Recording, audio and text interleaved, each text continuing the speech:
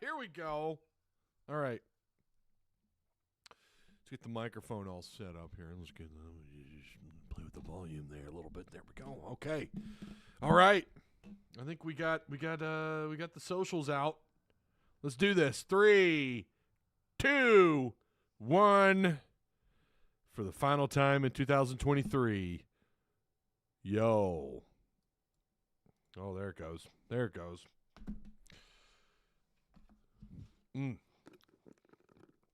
For the last time in 2023. And yet 2024, I don't know, man. I hope that it's anything. If it comes close to 2023, I'd be a really lucky guy. Really would. All right. Welcome, everybody. Make sure you like, share, subscribe. Shout out to the sponsors.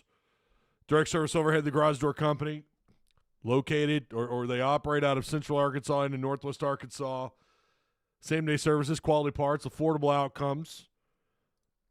They've been a sponsor. They're the first sponsor of this channel, of this show, and they're still around. Now, I think tomorrow's the deadline for the 10% off, but I'm not even sure. I don't know if they're even operating tomorrow. So you might have missed out on that, but that's okay. They still they offer affordable outcomes. Okay, that's and I could speak from experience along with my neighbor as well. 501-244-3667. That is their number. Again, that's Direct Service Overhead, the Garage Door Company, and the Odd Soul Craft Bar Pizzaria, located in Springdale on Emma Street, right smack dab in the middle of good old Emma Street there. Great pies, awesome IPAs on tap, you name it, they got it. Great environment, great people. I love going in there. I've spent quite a bit of money in the Odd Soul over the years. Again, located on Emma Street in Springdale. All right. We're going to start off with just what the hell's going on at linebacker for Arkansas and kind of looking at the portal and just taking a quick gander at that situation. And, yeah, let's smash the like button. That's right, Richard. How you doing, man? This isn't – I don't ever go live on Sundays ever, so this is definitely consider this the Monday live. So, yeah, I know it's Sunday night. I'd thought about doing an all-night stream. I'd considered it, but there's some other stuff I kind of want to do. You know, like, man, I don't know. I don't know that I want to do like I haven't done a super long live in a long time. I don't know how long this one's going to go for. I'm going to give you guys a heads up, too. Once we get done with the sports, the other half of this show, I don't know, like, you know, we're going to knock the sports out first. And then the rest of it, I've got something I want to say.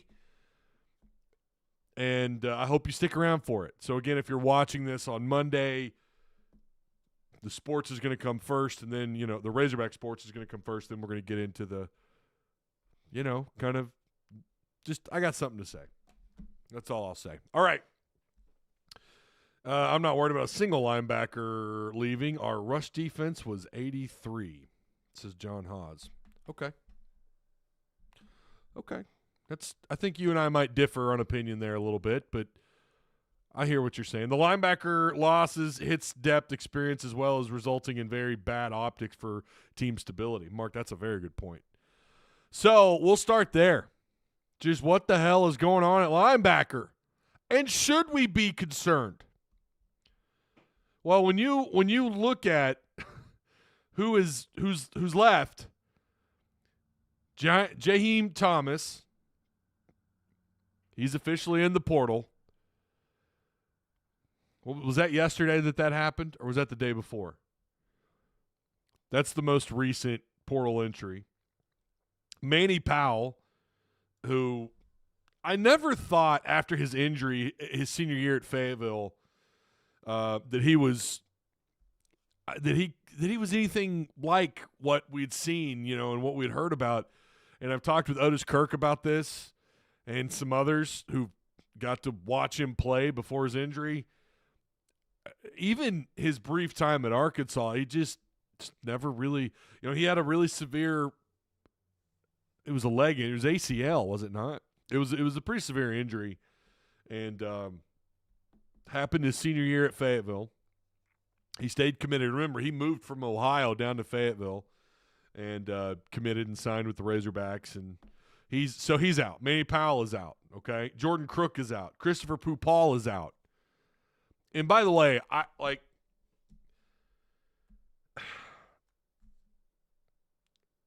I don't know what the deal is with his dad. I don't know what's going on. Listen, man, fans are going to be – some fans are just more fanatical than others. And I guess he's kind of latched onto those a little bit. He's having a hard time. I don't know if they're – I'm sure they're provoking him. I'm sure there's people that are tagging him. It's hard. You can't just block all people associated with Arkansas. You can't do it on Twitter. And I don't know what the guy expects. Fans are not super thrilled about Christopher Pupal leaving, and that one was a shock to me. That one was surprising. Now, I have heard the argument, and this has been one. I appreciate the retweets, by the way, Haas and Phillip. Thank you so much, man. I appreciate that.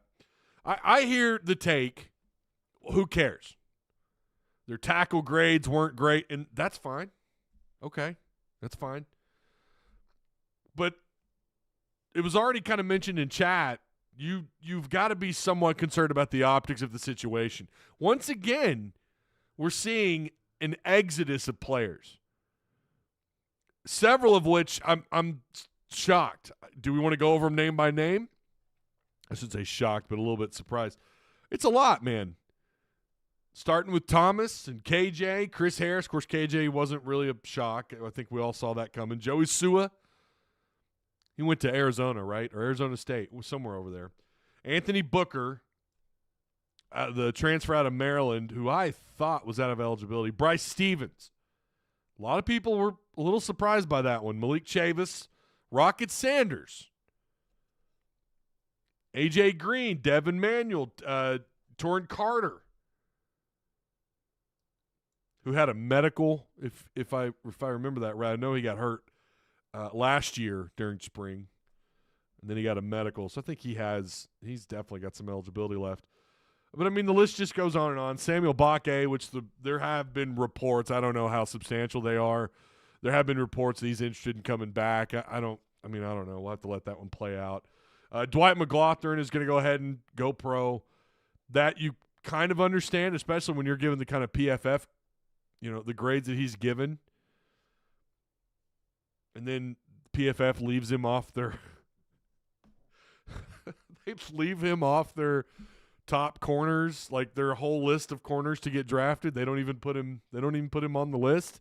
I thought for sure after that, like, all right, well, the very website that's given him this kind of praise. So the optics certainly do matter. And you go from guys are not going to play pro. And by the way, Greer is going pro. He was out of eligibility anyways. We've already seen some people freak out on social media.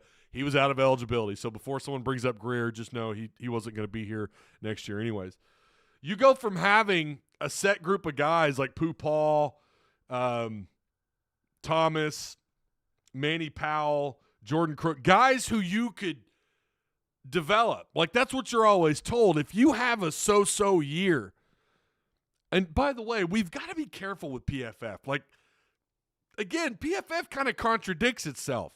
How does Dwight McLaughlin get insane grading, and then he's completely left off their list? Now, maybe that was an outdated list. They weren't aware he declared yet. I think he's got to be in the top 8, top 10 of corners to get drafted. There's generally a lot of corners that get picked. Maybe he could be a 6th-round guy. I don't know. We'll see. I think he's going to get a combine invite. But you go from a group of guys you felt at least comfortable with when you used to think of college football in a position where, oh, wow, look at all these guys we're getting back. Like, we're getting back Christopher Pupal. I'm talking about pre-portal era. Jordan Crook, Thomas, Powell. We're getting these guys back, and they all played a little bit or a lot. You just hit the reset button. I don't know what to make of all the new faces that we're going to see at linebacker this year just yet. By the way, we knew there was more coming. I told you guys last week, and I've been saying it for the last couple of weeks. We're going to get more guys in the portal. That was. I mean, we kind of saw that coming. I think Biddy brought that up to Pittman. So I think anyone who's been paying attention to Pittman and his interactions with the media, like, that's not shocking that they're still getting guys. Guys are still going to the portal, but no, I don't like the idea that, well, we were so bad we just need to hit the reset button. I don't like that. I don't like that because there's not anybody in here that if they had the choice to keep Pooh Paul or see him go, I don't think anybody would want that guy to go. He was a freshman All-American. I mean, this is a dude that when he was on and healthy, he was on. Now, clearly there was some other stuff going on, and, his dad got involved and all that shit. Whatever. It's hard to be consistently good. His redshirt freshman year on the field, anytime that dude was on the field, he was making plays. He was forcing fumbles, recovering fumbles, batting down passes, making plays around the line of scrimmage, what PFF considers stops, which are tackles at the line or behind the line of scrimmage. I mean, he was just a machine. We know what he's capable of. Yeah, his last season, he wasn't so great. So I guess Sam Pittman told him, was angry at him on the sidelines or something. Okay, well, I don't know that I like that part about Pooh Paul. If that's the truth, then maybe you should hit the portal and go elsewhere. I don't know that I have a hard time believing some things. Maybe that really happened. I don't know. But, all right, so he's not a fit. Okay, well, what about Manny Powell? What about Jordan Crook? What about Thomas? Like, eventually you have to start looking at this and going, holy shit, we just had an exodus at a position that we felt comfortable with if these guys were all coming back, that we could develop their game. That's what college football used to be about. You go somewhere and you're there for 3 years because, you got to play. You got to have 3 years before you can go pro. So redshirt sophomores, if they're good enough, they can go pro. That used to be what this game was all about. It was about development. So what is going on at linebacker? Is this the approach by the coaching staff that, well, no, we're going to go out and we're going to do better? I don't think so. I don't think anyone in that staff thought we could lose all these guys and we're going to replace with better players. Not all of them.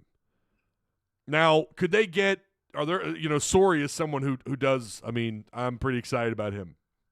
Xavier Sorey from Georgia, I like him. But other than that, I mean, right now, Brooks Yurchek, I mean, no, I'm not trying to diss the kid, right? He's a preferred walk-on offer, though. He's a PWO. Are you going to look at a freshman and be like, oh, that guy's going to come in and ball out? I thought Jordan Crook could have his freshman year had there not been people in front of him already. It's not impossible, right? When you look at the incoming freshmen, it's not impossible. In the linebacker room right now,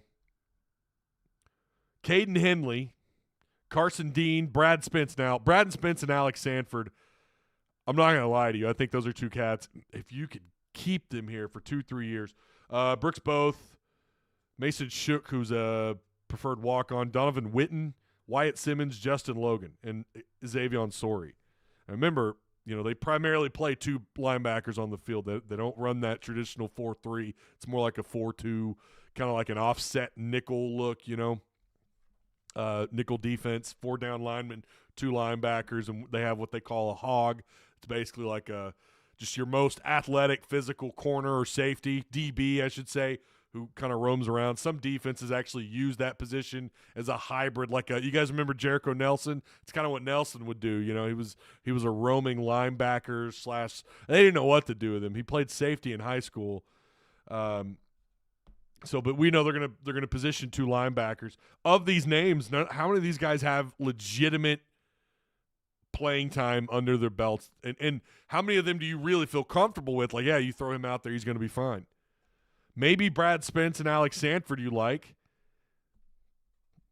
Redshirt freshman. Wyatt Simmons could be a monster, 6'3", 220. Somewhere around there. Justin Logan's going to be a true freshman alongside Simmons. Sorey's going to be a redshirt junior, 6'3", 220. I like him a lot. I do. But you're subbing out a lot of guys that had experience who played in this defense, obviously for just the year. I don't think anyone should panic, and I don't think that it's a nightmare, and I don't think that they're way worse off. I don't think that at all. But it is a little bit concerning that once again we're seeing at a particular position, it's just a complete reset. And I don't know that I like that. And if this is something where players aren't getting along with coaches or coaches are just telling these guys to hit the road, I don't know. I guess we'll have to let it play out. I think that's all we can do, right? We just got to let it play out and see if maybe they are better. Now, the good news is you're still going to have guys up front on the defensive line, in the secondary, that have been here, that are going to help facilitate the rest of that defense. And the linebacker spot, and I still kind of think the interior defensive line area, like the linebacker spot, it's not really indicative of everything that's happening on the defensive side of the ball, but they did lose quite a bit. They did lose quite a few players on defense. Yeah. I mean, I don't know. To each their own. I know some people this doesn't bother them at all, and I'm just like, well, now wait a minute. I just want to see some stability at a position and players who are here long enough to grow and to develop within the system in which they were recruited and played in at Arkansas. That's all I want to see. This is not what's going on at linebacker at all. And so you're basically you are rolling the dice. You're going to hope that these guys mesh well together, that there's chemistry with the rest of the defense. You are really starting over at linebacker outside of some of those names I mentioned. Almost every coach we missed on in a New York 6 bowl, and most of them are ranked in the top 10. Mistakes were made. Mark Douglas says, inexperience on defense is scary. One misstep, assignment bust can turn a potential short gain into an opponent taking it to the house. I agree with that. I think stability is gone because of the transfer portal, sadly. There are some teams where this isn't really happening as much. And there's some positions on offense. You look at Arkansas in the wide receiver room. That guy came back. Our triggered room friend has come back and comment. I wish he was in here in these live chats. I'd love to have a conversation with him or a call-in show. I would love for him to tell me just what his issue is with that word. I think we can go 6-6 next year, maybe 7-6 when we win our bowl game. I'm not reading your name. I'm not reading that name, man. I'm not falling for it. We have Sori and Spence at linebacker, and I'm missing somebody. We need some portal linebackers, says Todd Cooper. Yeah, I hear you about the portal, though. I mean, you're not wrong. It is very difficult for players to stick around long enough to stay developed, and I hear that. I was just really hoping the staff – I was kind of hoping we'd see the opposite of what's happening at linebacker. Now, again, I don't believe they're – I don't know that they're necessarily worse off or not, but it is – boy, you better come in and click immediately. And – if you do, then you're better off for it. The defense is better off for it. The staff looks like geniuses. Those players look like they made the right move. Please, NCAA, fix this transfer portal BS until after bowl season. I think the reasoning is because of Christmas break and then the semester split up. It's a nightmare. It is a nightmare. You look at these bowl games. You saw Florida State, who had like 4 – they had, I don't know how many scholarship players they had, but not enough. Georgia had their fair share of injuries and guys that didn't get to play in that game, but wow. I mean, they got steamrolled. We talked about that a little bit last night. Who said get rid of Travis Williams? That's absurd. Who said that? Wayne Bell. Wayne said that. Linebacker coach might as well be exchanged. Can't keep players committed. I don't know about that one, Wayne. I don't know that I'm on board with that. I happen to like him. John Hawes responds to him and he says, yeah, let's get rid of Travis Williams. Sounds like a great idea. I think Williams made do with what he had. Now he's getting guys he wants. Sky ain't falling. Let's go. Well, we'll have to wait and see on that. I mean, maybe that was some of the issues at linebacker last year. Linebacker play wasn't great. I mean, it wasn't anything to write home about. It wasn't something that Arkansas was clearly in great shape in. And it wasn't just the linebackers. I thought the safety struggled. I thought tackling efficiency towards the second half of the season, especially the last couple of games, really stood out. Most of the season, I thought they did a fine job. You have a couple of games where it's not so great. Yeah, and it stands out the most, and that's what people remember. Are that one game or two games? May finally have to use that NIL, Richard. I hope they've been using it, Richard. Nowadays, if they ain't playing, they ain't staying. Says Lyle. Well, hell, even when they do play, they're not staying. I have no hope for football next year, says J-Dog. All right. Love the optimism. I'd take Travis Williams to build my program around. I like Travis. Again, I think I thought the job they did on defense, especially the secondary, was fantastic. I want to see Carson Dean and Sanford blow up this summer. Good size of linebacker would be a difference. We usually have shorter, quick guys. Yeah, you're not wrong. You're not wrong about that.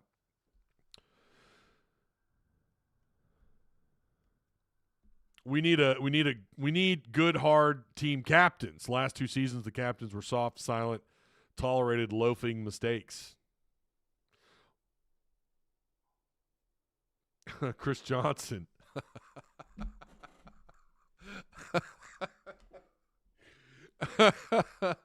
What's happening at linebacker? We're upgrading, Ty. It's all about who you going to get. If you say so. I don't know that all these guys were told to leave. I definitely don't think that. Jordan Crook's a hell of a player. I mean, we sat and watched him his freshman year. He was running with the two deep his freshman year in fall camp 2022. And I remember me and some other folks that were at practice were very impressed with him. He chased down Malik Hornsby on a play, prevented him from running wild.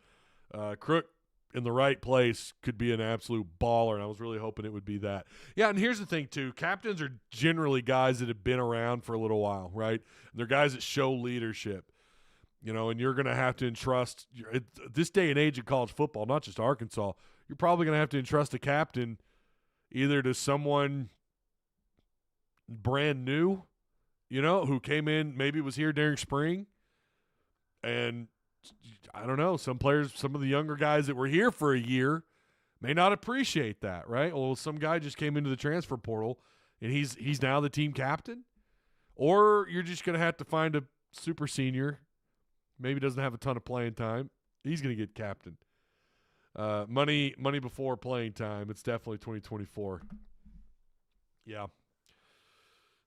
Again, I don't think it's panic time. And I agree with what also is being said about, listen, maybe that is what he's doing. Maybe Travis Williams is going out and getting his guy. I don't think it's time to panic. And I think both sides are right in this. I don't think anybody's necessarily wrong. I think both sides are probably right. They're hopefully they're getting their guys in. And the guys that don't want to be here, listen, you're gone. Of course, we know how much of that has to do with NIL. That's a different story. Let the team vote for captain. Some teams do that, and some teams don't. What does Arkansas do? I feel like Pittman is, I don't know, someone else. I don't know. Is that a voted thing? I feel like it is at Arkansas. I feel like it probably is. I agree with Brody about Carson Dean in Sanford. I think Sanford, again, stick around here long enough. Sanford could be a really good player for Arkansas. I mean, again, the linebacker room, it's not barren, okay? It's not completely empty. They're not screwed. If you're hitting the panic button over the linebacker room, don't. But I would argue, again, I just don't like seeing all of or the vast majority, 90% of the production at that position gone. When has that ever been truly a good thing? Now, we're not talking about if Arkansas ran that traditional kind of 4-3 or the three front with a mesh of linebackers where they've got three guys on the field at all times, yeah, you'd probably be panicking a little bit if they're really, really linebacker centric in terms of usage, in volume. Yeah, you'd probably be a little concerned. You're not rotating in three guys every other, quarter or every other series. That's the good thing. We got a bunch of what's this all about? Appreciate the new follows too, by the way. Jesse, what's going on, man?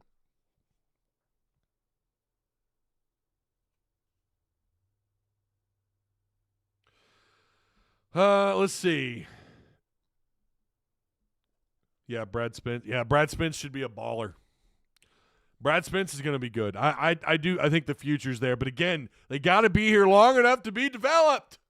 It does you no good when you have yet again a mass exodus of players at a particular position or two positions. If I don't know who has the highest ceiling of that bunch. That's a tough call, but Carson Dean early in fall camp, if I remember that correctly. I mean, they're talking about that dude. I mean, he was someone that stood out a little bit in practice kind of early. I'm talking like day 1, day 2. And then the natural progression of fall camp went through, and he kind of fell back. Brad Spence, who's a redshirt freshman, 6'2", 237. Sanford, 6'1", 227. You guys are talking about height. You don't really have a lot of the 6'4" monsters, right? You've got Dean. I think that's it. Everyone else is either 6'1" or 6'2".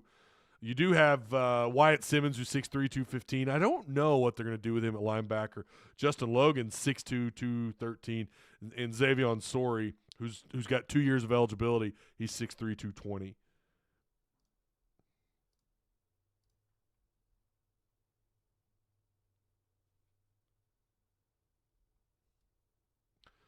Yeah. Younger linebackers playing will be beneficial to development.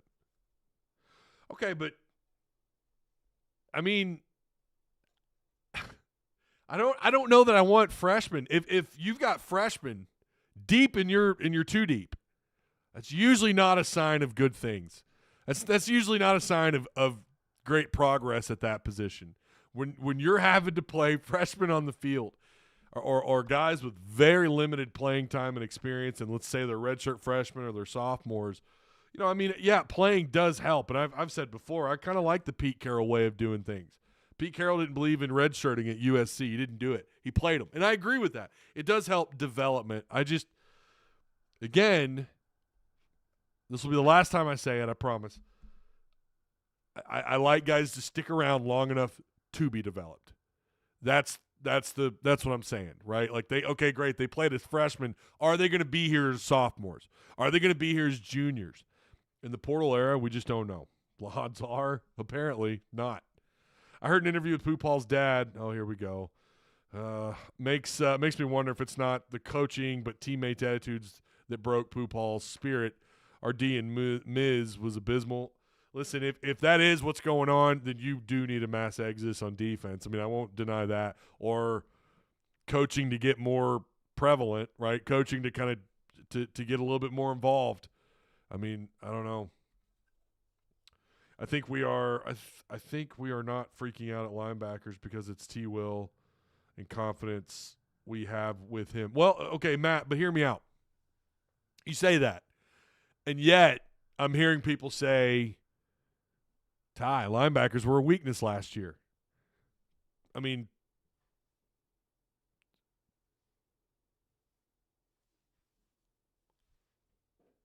I'm doing my. Those are my thumbnails. I don't know, man. I mean, yeah.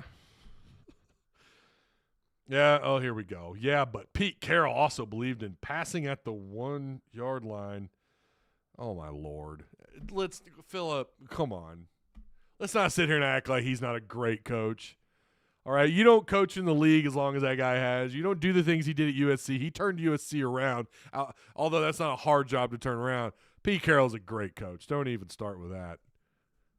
Yeah, but that one play, okay, it cost him a Super Bowl, whatever.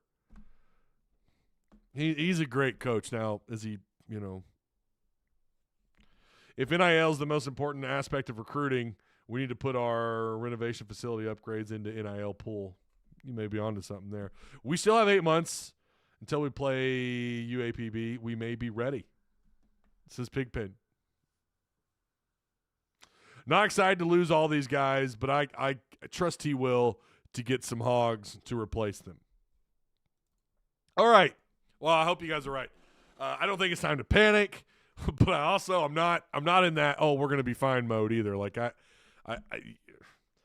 if the linebacker was an issue last year, so maybe this is it. This is what he's got to do. This is the natural progression for Williams and those guys is bringing in players they feel like will fit their system. That's fair. I think that's probably an aspect. I think that's something that's happening.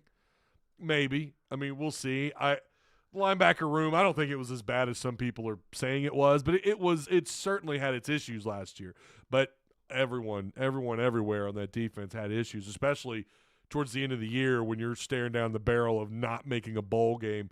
Everybody just kind of let go of the rope. So it's really hard to take what happened at the end of the season, especially when things really fell apart for the defense. It's hard to take, I don't want to say serious because of course you're taking it serious. That could be a reflection of a lot of things, coaching included. But you kind of have to take it with a grain of salt. Everybody felt like they were playing for a losing team, or they were playing for a losing team. I think the attitudes certainly, I mean, how can you blame anybody? I mean, I've been a part of some really bad teams, and I know that feeling. The feeling of losing doesn't change, however old you are, whether you're 15, whether you're 15, whether you're 20. That feeling of losing and being on a losing team and being a part of a bad football or a bad team, whatever it may be, that feeling, if you've played sports, you know that feeling. So, of course, when things were kind of done, that Mizzou game is a really good example. I mean, they were done. Beginning of the year or right there in the middle when they were playing really well defensively, I don't think that score is anything like what happened at the end of the year against Mizzou. Not at all. I don't. I think it would have been a much better football game. I really do. Now, the toss-up with that is you still have Dan Enos as an offensive coordinator, so there's a debate to be had there. I hear you. I'm just saying I think fans are slow to point fingers at T-Will since he turned things around. This may end up being an issue for sure. T-Will has a pass for now from fans. Yeah, and again, I'm not saying you shouldn't. Or that he shouldn't. That he shouldn't have a pass. I'm not saying that at all. I think I'm very it was awesome to see that kind of turnaround on defense that you had last year. Yeah, the run defense still wasn't great. I don't know. The defensive line, they got to take blame in that too, not just the linebackers. I mean, we're sitting here pointing the fingers at them. I mean, the D-line is also responsible for the run game as well. That's not just all on the linebackers, especially when you run a forefront. You have guys that clog up gaps, and they're supposed to help linebackers, with those clogged gaps. You're supposed to be able to now you have to pick a different hole, and the linebackers got to be there to greet the running back, and that didn't happen, right? I thought the defensive line really, at times I thought, well, especially when you look at that Florida game, you remember how easily Florida ran the ball. Those guys got pushed around, and so I think that makes it just as much it makes it really difficult to be effective at linebacker when your defensive line, when they're not doing their jobs up front and clogging up holes, right? Yurchek running around complaining about NIL is killing us, is Randy McGee. Now that's an interesting take. That's interesting because you may be right about that. I've said all along, I think the NIL stuff is a bit of a front, and I'm not saying that they're well off at NIL. I'm not implying that at all. Of course, the edge I'm all for. If you're going to really complain about it, about spending and all that, then, okay, sign up for edge. I think that's a great idea. Should have done it 2 years ago. Should have done it a hell of a lot sooner. But how did you finish with back-to-back top 12, top 14 transfer portal classes? If NIL is really that desperate. Now, there's something else to be said about how the portal's being used, how some teams are using it more than ever. Someone tried telling me, they might be right, I don't know, but Arkansas's behind the way they are because more teams are utilizing the portal more effectively now, and now it's more of a, it's something they're trying to do more of. That might be right, but let's not sit here and act like what happened at Colorado last year. Let's not sit here and act like the portal, all of a sudden coaches are figuring out, oh wow, there might be players there. Come on. They've been doing that since the day that portal opened, since that became a thing. So I don't know that I necessarily buy that NIL is that bad. I think that was definitely it felt to me like that was a big, like, let's get the heat off of what's going on, of the real issue. Let's get the heat off of Pittman. Let's get the heat off of Yurchek a little bit. Let's get the heat off these guys.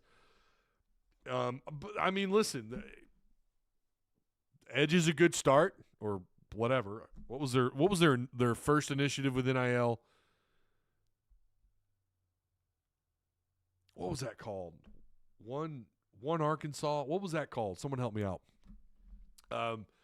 It felt like to me at the time they were taking it serious when they began that first initiative, and apparently, and again, maybe it is true that NIL is probably, it's struggling a little bit. But how much of that is an after effect of 10 wins in 2 years? People are less likely to put into something. They're not getting ROI. Is that the right abbreviation? Return on investment? Yeah. They're not getting anything out of it. I mean, you saw the stadium. Nobody's going to the games, and what's the number going to look like next year? It might be different because Petrino and the effect and what's happening on the offensive side of the ball. It certainly looks like they're, I don't know, at least they're trying, and maybe Petrino will sell tickets. I think Petrino will help. I mean, we'll see what happens in the spring game. We'll see how many people show up. Now, that's obviously, they don't count there's no tickets. You just go. Well, maybe they've changed that. Maybe you do have to. Maybe they want to scan something. They're always so anxious to scan things these days. But I feel like you're going to see a lot of people. They want to see what Green's all about, the quarterback. They want to look at that battle between he and Criswell. They want to see the offense. I think that'll probably help things. I think that's why they went and got Petrino. They knew that would be the effect. But I don't know. I really think the NIL stuff, some of it seems like a front to a degree. It certainly does. I'm ready for baseball. It's like the only sport Arkansas can actually back up the hype, usually, just in terms of, no, I shouldn't say that because they've been hyped up. I mean, here's what I'll say. Compared to the other sports, right? Compared to the other sports, they you feel like they're an Omaha team every year. It's not the case. I mean, it's not. They've, losing in their own regional. It's not a good look. I didn't play like it was tough. I'm leaving players today. We need to play the game and stop constantly complaining. I'm going to cancel my Edge if we don't start signing transfers. If we don't sign some, I'm going to move my donations to basketball, says Randy McGee Sr. Well, Randy, I mean, they are. I mean, there's still 7 spots left. We'll see what they do there. I think it's going to be, you're going to see some more names. They're going to fill that up. You're going to get more. They're going to fill that up. They're not going to leave them vacant. Well, they might, let me take that back. They might leave a couple vacant. He's kind of known to do that, but they are definitely going to take a swing at some more players. There's already some names that are being pulled out there. By the way, they're available. I think I updated it. The names for Patreon, the Patreon portal page, we added, what are we at? Since the 28th, we've got 1, 2, 3, 4 names added to that list. So if you're a Patreon supporter, you can go check that out.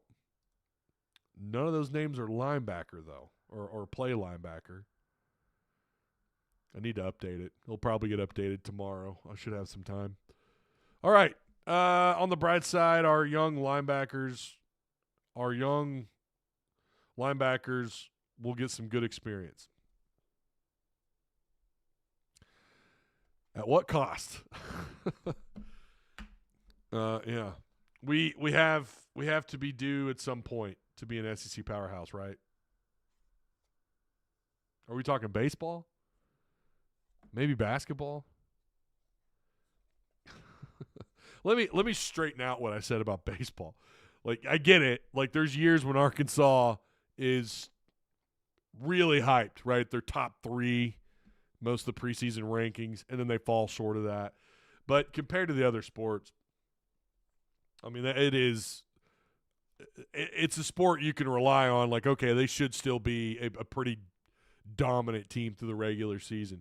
What they do in postseason doesn't always land the way we want or ever. Couple of runner-ups, I get it. It sucks. Maybe this year's the year. I don't know. Maybe we'll have to wait and see. Silver lining, says Sean. Yeah, I guess so.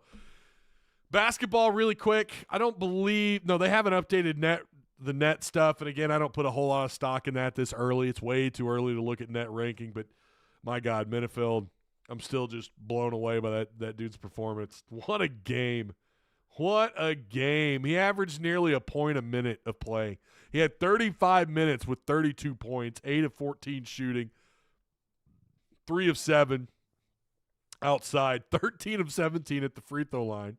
He had an offensive board with 4 total rebounds, 5 assists. He did have 3 turnovers. When you handle the ball as much as he does, you're going to, and he has those risky passes too, right? Those little risky bounce passes right into the paint. You're like, oh, God, no, he's going to turn it over. He doesn't. He ends up going for some points. I'm so excited about this dude. Auburn coming up. I'm trying to get some folks I'm trying to get somebody on next week to talk a little Razorback basketball. So we'll see. I definitely may have to reach out to a couple. But I don't know. Like I really like who I typically bring on. So we'll one way or another, we're going to break down Arkansas and Auburn. That's going to be, I don't know, the Basketball Power Index, or whatever they call it now, matchup predictor on ESPN, they heavily favor Auburn. Now, that's not surprising, right? Auburn's got the better record and all that, and all the numbers and analytics that go into to that, what used to be called the BPI. It's not a surprise, but when you consider what they did, and I had this discussion with someone in our Discord earlier, They did what they did last night without their leading scorer on the floor for, I mean, I don't even know. What did Battle get last night? 7 minutes? 7 minutes. If I told you Battle was going to get 7 minutes on the floor, but Arkansas is going to score 100-plus points, I don't think anybody in here would buy that. So, I don't know, man. Something to think about. Auburn. Here's the thing that's got to be frustrating for Auburn. They don't have a whole lot of film with Battle and Minifield on the floor at the same time. They don't have a whole lot of film on that. They've got one game, really. So that might be a little bit of an advantage for Arkansas. But he played 32 minutes. I mean, they probably have enough, right?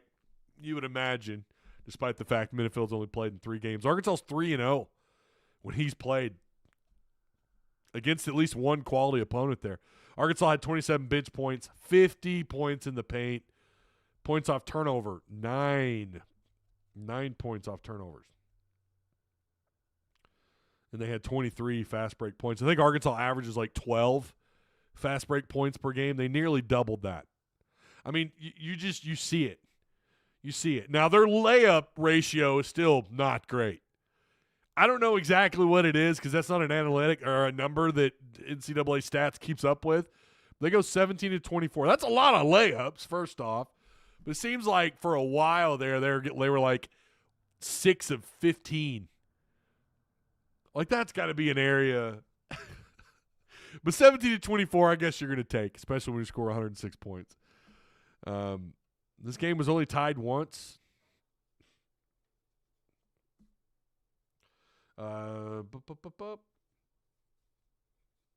Arkansas led for 30 minutes and 26 seconds last night. All right. YouTube chat isn't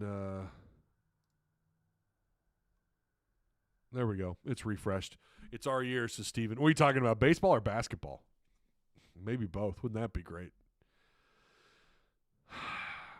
Okay, that's really all I got for sports. The next thing I want to talk about really quick, I wanted to say 2023 was incredible, and I told you guys, especially after leaving Hogville, there's going to be some changes to the channel and to the community, and there were a lot of changes.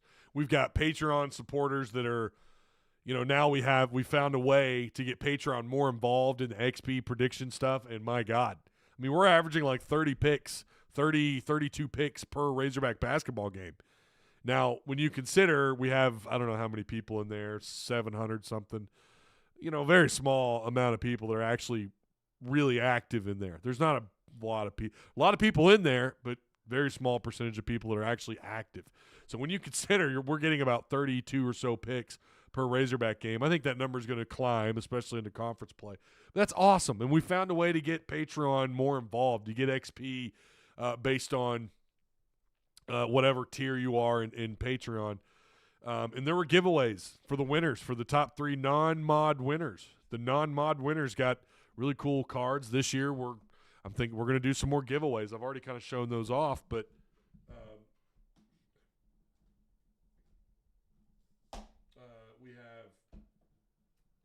we have not Darren McFadden. I'm sorry. We have Treylon Burks.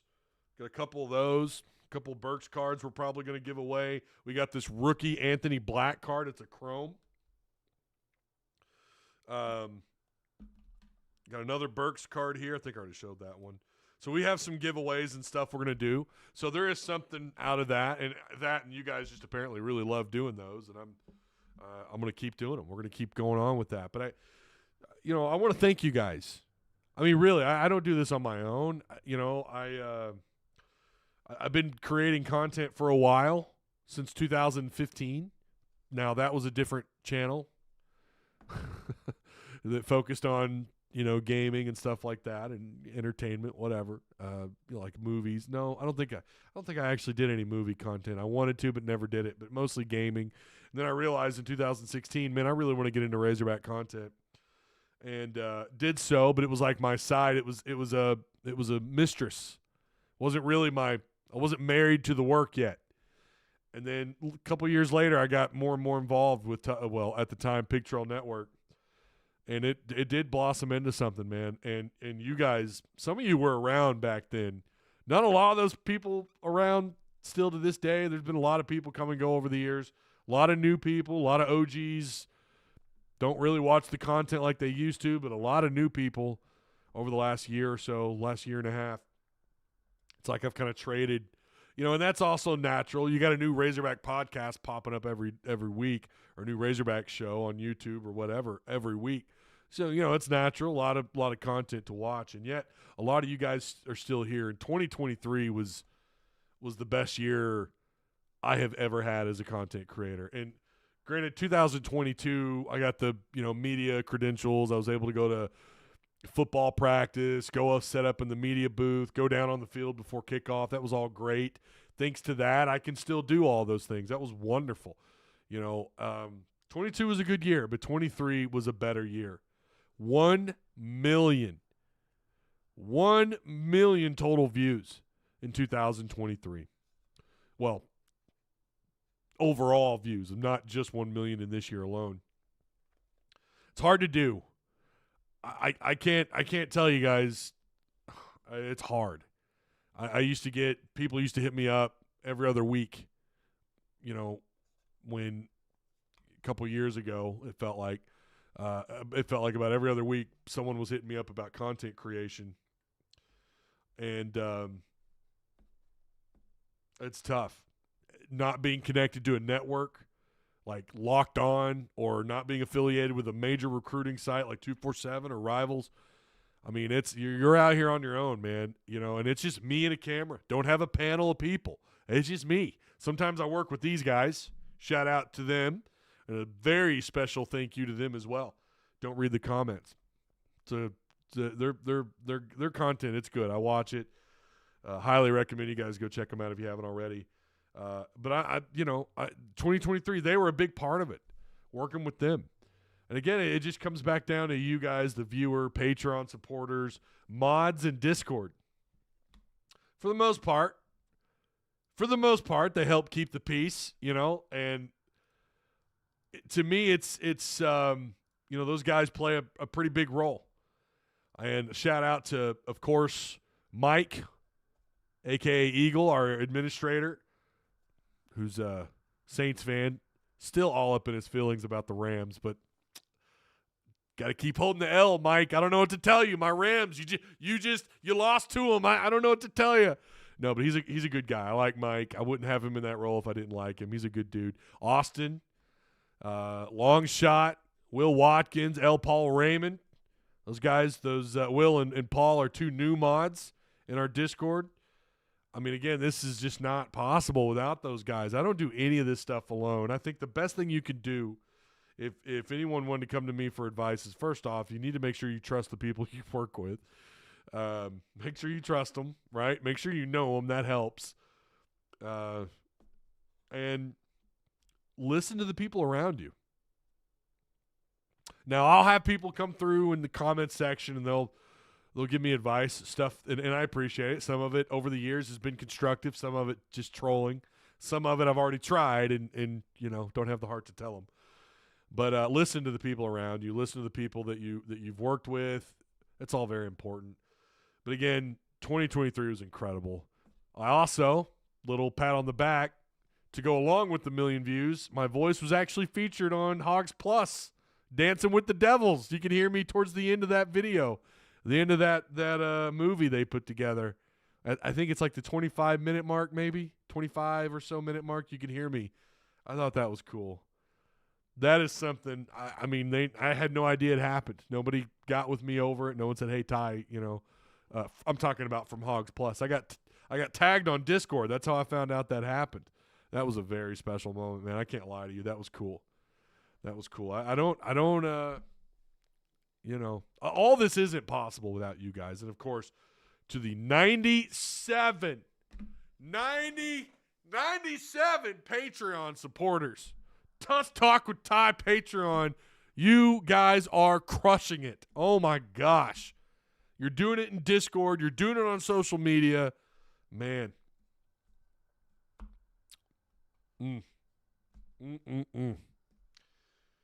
That's big, especially with ad revenue. The way that it worked out, the last couple of years, YouTube they don't really recommend this type of content anymore, especially when you're just talking about the Razorbacks. You're not talking about the SEC West or the SEC or the top 25. You're just talking about the Hogs, and you do it for an hour or so in a live. They don't really recommend this content. So the ad revenue, and it's funny because views are on par or better. It's kind of weird how that worked out. People are coming around. They're looking for it.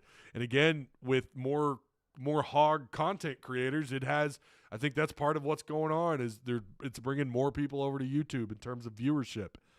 So not to the degree I thought it would, but it's still happening. And I think that's the numbers are kind of a reflection of that. So yeah, I really do appreciate you guys. I've been doing this a long time, and I've made mistakes. I've been distracted doing other projects. And I've worked with people who I had good working relationships with. Working with Otis Kirk, of course, John James, photographer there, and Dudley Dawson. I still talk to those guys. Consider them friends of mine. Need to have lunch with them again soon. I'm really happy I got to work with them and learn just a little bit. I still see them every once in a while at practice. I don't go to the Zoom or the media. I'm on the Zoom call. I don't go in the media room anymore. I stay here. So really, that's what the second half of this was about. I had thought about doing an all-nighter, but I don't know. Like, what are we gonna do? I could play games. We could play some games. I'm booting up Baldur's Gate 3 finally. I finished Spider-Man 2. It was fantastic. Shout out to Austin and some other friends of mine who've been getting on to me for months for weeks about playing that game. Wow. I'm just going to say it. Best superhero game of all time. I played all the Batman games. I'm just telling you. Dan Tanner says, I found your channel at the end of Chad Morris. Now it's my #1 Razorback content. I appreciate that, Dan. Thank you. I really do appreciate that. The old Tyzilla 83 days. That's right, John. You deserve better and better. Hey, I appreciate that. I don't know what I deserve, but I certainly, my thing is I want to create content you guys can relate with, and I want to grow the community. That's what's going to change in 2024. Discord, we're gonna pump the Discord numbers up. That's certainly something that is on my list of things to improve on. Aspern may be legit, but they still suck, says Bumbles. Oh, all right. Okay.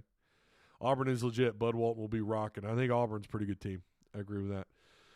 Mason Huckabee says, I've followed you for years, fixing to sign up with you Wednesday. On Patreon? That's what I'm talking about, baby. That's what I'm talking about. Keep them growing. Keep them coming. Been around a while. You have, Tony. You've been around a while. Thank you, man. I know you and we kind of disagree on some stuff. Mike Anderson.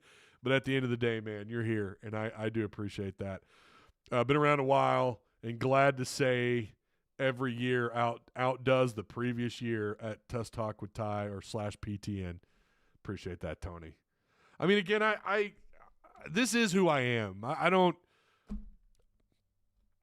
might put on a little concealant every once in a while. Thanks a lot, CPAP machine. But I don't wear a lot of face makeup. I don't put on I got my hair up and my sunglasses. I got my Mass Effect hoodie on, Damn thing still fits me somehow. This is from Andromeda. For anyone who played Mass Effect Andromeda, that game sucked. But I like the hoodie. I like it. I dig it. This is who I am. I'm pretty authentic, and I think that's what people do like. That's all I try to be is me. I'm animated. Ask my wife. That's who I am. And I think that's why I chose to do what I do. I wanted to be in radio for a long time, had an opportunity. And at the time, I was working in marketing for Sam's Club, and I was like, nah, I'm doing pretty good here. Ty, my brother, you're the best, G. I appreciate you, John. John Hawes is a very, very opinionated person, but I welcome it. He got his mod spot. He's got his mod spot back for the most part. He does what I need him to do. Ty, have you watched the movie Greater? I have. I'll just say that. Who's responsible for linebackers? Wayne. We're well past that. Ty, what's up, man? What's going on, Wild? Yeah, Travis Williams coaches the linebackers. Sky's the limit. Tuss Talk with Ty. 2024. There's a list of things I want to get changed. Competition's getting thick. I mean, again, there's a lot of folks out there. I mean, there really are, and I knew this was going to happen. I don't know if I was I the first Razorback YouTube channel doing post-game shows? I don't know if I was or not. I know the radio stations eventually started broadcasting on YouTube, but that was well after I was. But I've been here for a while. If I wasn't the first, I'm certainly in that bunch. And I don't think I'm the best. I don't have that kind of ego. I just try to do what I can and give you guys what I think you guys want. I think a lot of it is exactly what I do, and that doesn't appeal to everybody. It doesn't. And that's fine. I'm okay with that. I'm okay with that appealing to the people that are here. That's what matters. 1.2 million views. I see you. Yeah, 1.2 million total views. That's right. The like to dislike ratio is really high too, which is awesome. That's big. Hogville is. Oh, I'm not gonna. I still like those guys. I you deserve a modicum of. Oh man, that is definitely an inside joke. Found the channel accidentally about a year ago. Locked in ever since. I see you, Pigpen. You're always here, man. Ty should be considered a pioneer of what he does. I don't know about that. I mean, I definitely wasn't the first to do what I do as far as live sports reaction stuff. I don't think I was the first. Maybe for Razorback fans. I don't know. Like I said, I don't think I was the first, or maybe I was. I've been here for a while. I know that. I certainly think there are folks who do better than I do, and all I can do is improve on what I've already done. That's all I can really do. Dan, I wish I could have approved. You're going to have to show me that, Haas. You're going to have to show me that comment. Need more homegrown blood hogs, says Wayne. Oh, you're talking about football. I thought you were talking about me for a minute. Well, thank you. If you were. Yeah, but again, I don't have – maybe I have a little bit of an ego because I am human after all, but I don't think I really have – I am just me. I love it when you guys come up to me when I'm out at Walmart or something. I love that. When you guys want to talk, I'm like, hey, yeah, let's talk. Yeah, what's going on with the secondary? What's going on with Dwight McLaughlin? Probably the most interesting thing I ever had happen, though, I was at a gas station pumping gas over on Don Tyson, where Don Tyson and 71 Business in Fayetteville meet, right there next to the where I bought my car, the Mitsubishi dealership. And I'm sitting there pumping my gas. The guy just walks up to me. He's like, "Yeah, I love your show." But it scared me. It kind of took me off guard for a second because I was somewhere else in my mind. I had a Filipino gentleman, the very first person that ever noticed me out in public was at Walmart, and it was a Filipino gentleman. He was so nice. He was so cool. He was like, he didn't speak great English, but he was like, "Stars, when are we going to get those?" And he, kind of broken English, and I was like, "Stars? What?" I had no idea he was talking about. He was talking about stars, right? Prospects, players, high school players. It took me a second. He goes, "Yeah, 5 stars. When are we going to get those?" And it dawned on me, oh my God, you watch my content. How cool is that? That was awesome. That was like 2018. That was neat. It is a cool feeling. I love talking to you guys out and about. I've had people DM me and they're like, "Hey, I saw you, but I was too scared to approach you." Bro, I'm a big fat teddy bear. Okay, I'm not gonna bite you. I'm not gonna bear hug you and break your spine. Like I'm just a regular bro. He's probably gonna play some Baldur's Gate 3 when I'm done here. Eat some dinner. I can't wait till mid-November. Gonna grab a pizza and a cold one with my boy Ty. I'm looking forward at the Odd Soul too. I hope, John. I'm looking forward to that and the Hogs winning for an early birthday present. Gang. Absolutely. Who is linebacker? Yeah, we already talked about that. It's Travis. It's Travis Williams. The thing I like most about Tuss Talk with Ty is your realism. You understand if we get ahead of ourselves. "Quote unquote sunshine pumpers should be trademarked." Well, I definitely didn't come up with it, but what did I come up with here? Quality depth matters. That was my thing, I guess. Quality depth matters. Quality, period. Depth, period. Matters, period. Mark Rogers told me that's too long of a bumper sticker. I was like, "Mark, I think we should trademark that or something." He said, "No, I think it's a good idea, but it's too long." Had your post-game playing one night, my wife asking me why you listen to Seth Rogen podcast. Apparently you sound like Seth Rogen. Yeah, I remember you telling me that. I remember you telling me that on a live show. I don't think I sound like him at all. I'm going to try and do his laugh. Is that it? I can't do it. Check your DMs. I sent Tanner's comment. All right, I want to read it. What did he say?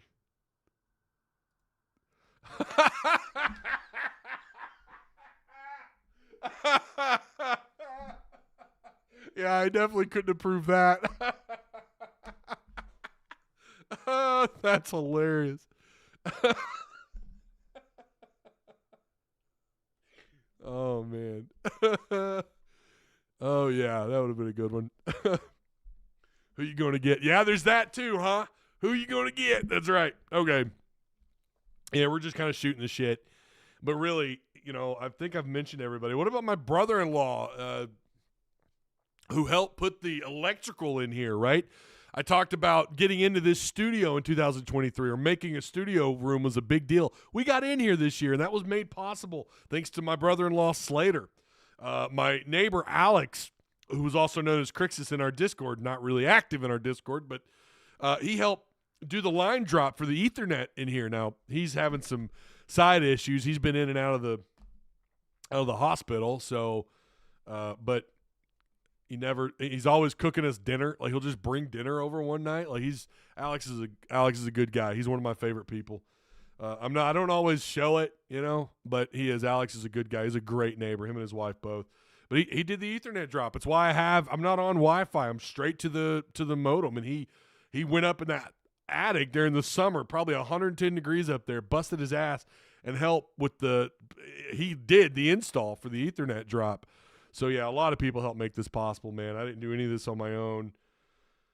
Really thankful for all of it. So the only thing I know to do is to just blurt it all out, and I'm really looking forward to 2024. Again, so many awesome things happened. I still can't believe what all we accomplished.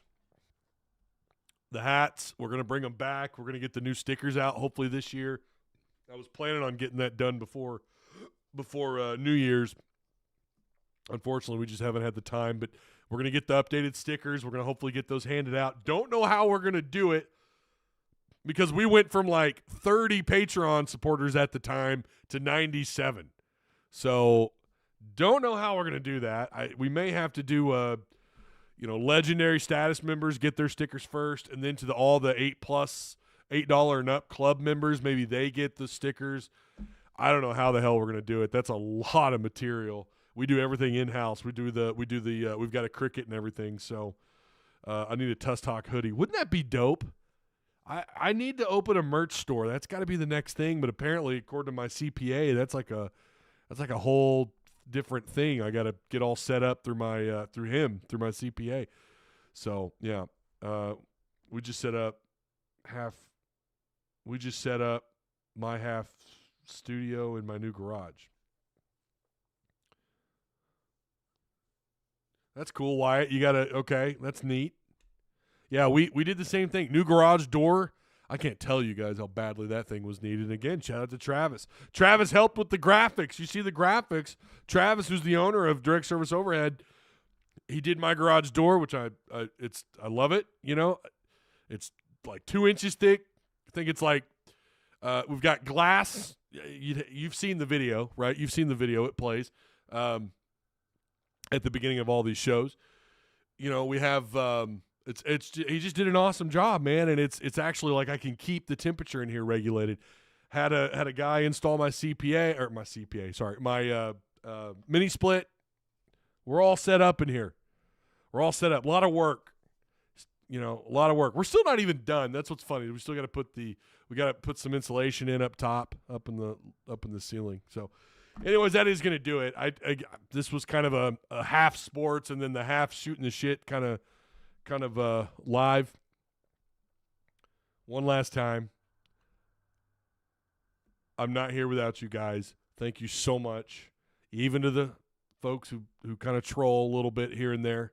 A view's a view, and I appreciate it. 2024, if it comes close to 2023, that's going to be a really good year. So, that's it. That's all I have. Will not be live on Monday. I'll be back more than likely on Wednesday. We'll see if we have any updates. If there's enough there to do a show on Wednesday, we'll do one.